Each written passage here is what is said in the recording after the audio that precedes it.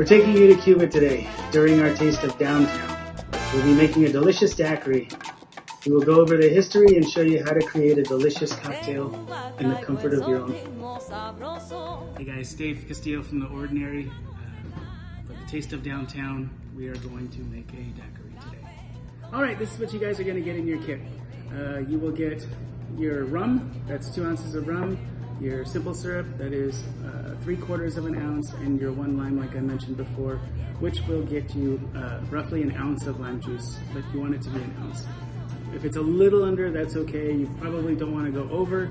I would recommend shaking this thing up, giving it a taste first, and seeing how you feel about it. I know everyone's palate's a little different, but in my experience, and got 20 years of it, this 2, 1, 3/4 is kind of a perfect ratio, and it works out beautifully for a nice balanced cocktail. At least in this case, the daiquiri. So, cut this in half. Alright, juice that really fast.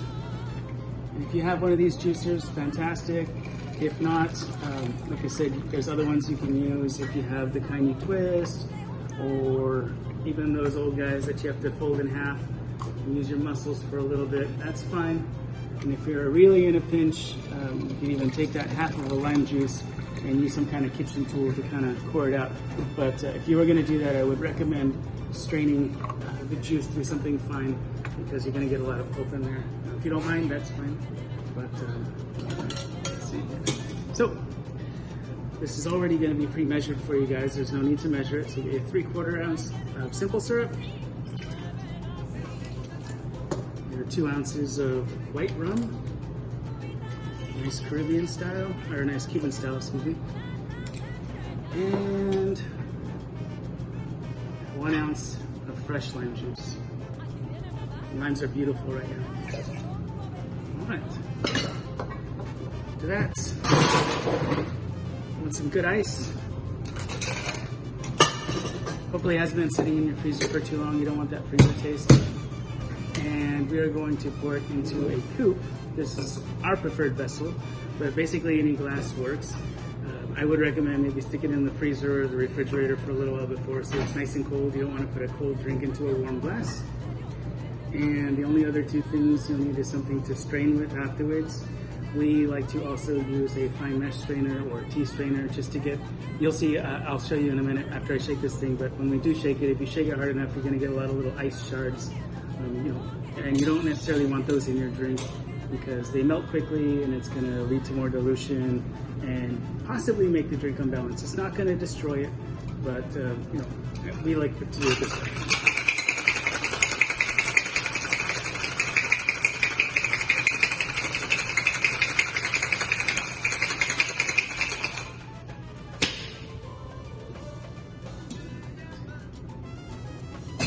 Looks good.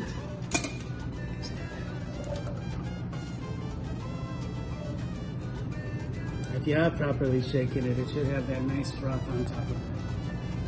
There's certain bartenders that say, if you don't, you're not putting enough effort into it. And there's all those little ice chips I was telling you about before. I don't necessarily want to drink, but who knows? It's a preference thing. Some people do, and there are certain daiquiri variations like the Hemingway that actually calls for some ice in there. So in that case, well, we still wouldn't put it in there. We'd add some afterwards, but anyway, your daiquiri.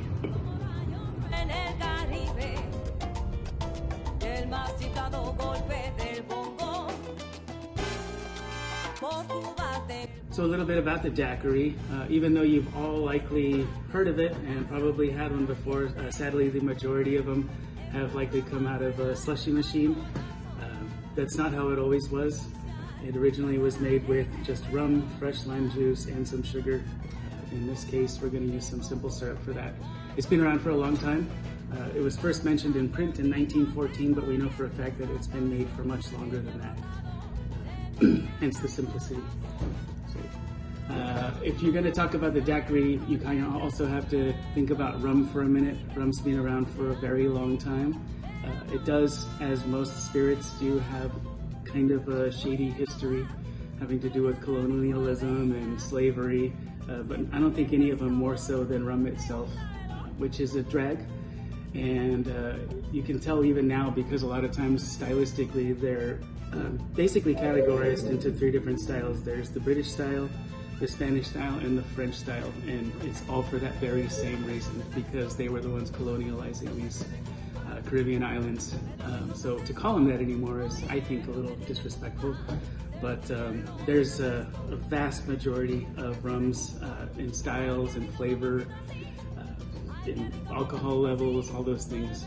They're one of the most misunderstood spirits, I think, out there, because they can be beautiful, from things that, a simple white rum that you probably make a daiquiri with, to aged Demerara rums in particular, I think are beautiful for sipping like you would a cognac or a nice whiskey at the end of the night.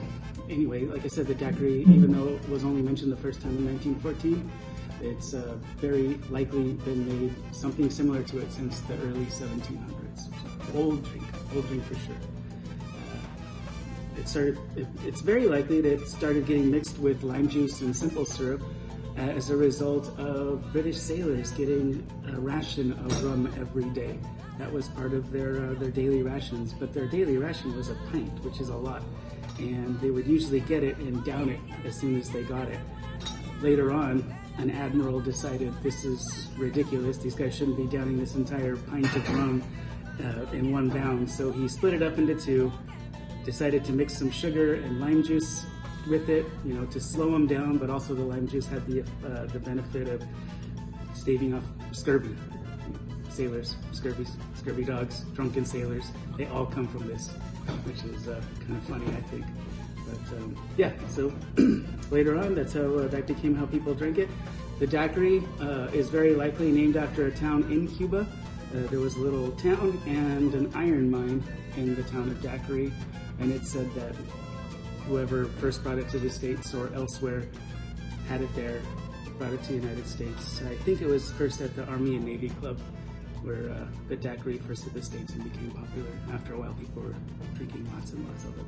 So, very popular cocktail. Thanks so much for joining us, guys, for the Taste of Downtown, and also in celebration of Earth Day. Hopefully you enjoy your daiquiri, and if so, come down and let us make you a variation or any other classic cocktail. It's kind of our thing. We also happen to have a whole lot of original cocktails that we'd love you to come try as well. So hope to see you soon.